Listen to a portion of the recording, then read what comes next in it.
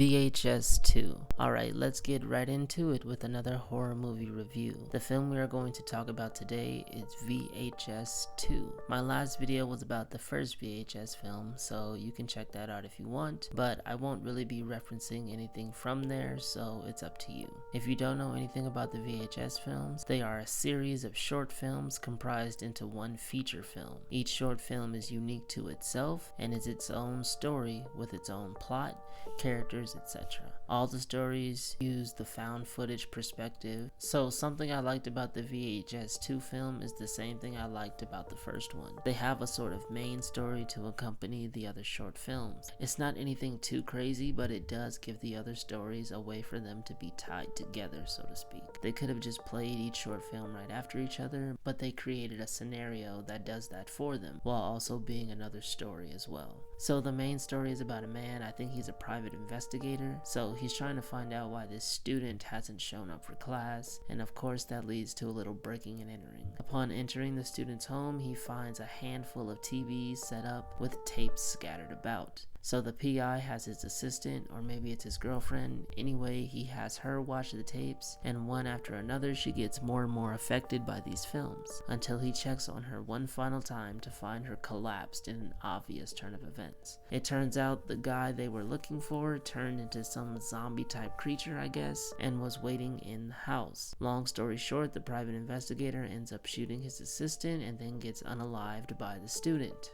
Okay, so that's the main story, but I wanted to highlight one of the short films that I really liked. I don't know if these have names, I need to go back and see if they do, but the one I'm talking about is the one where it's like a group of filmmakers and they're like making a documentary about a cult. So yeah, that one was really good. The monster at the end was kind of funny. Not bust a gut hilarious, but I don't know. It was alright.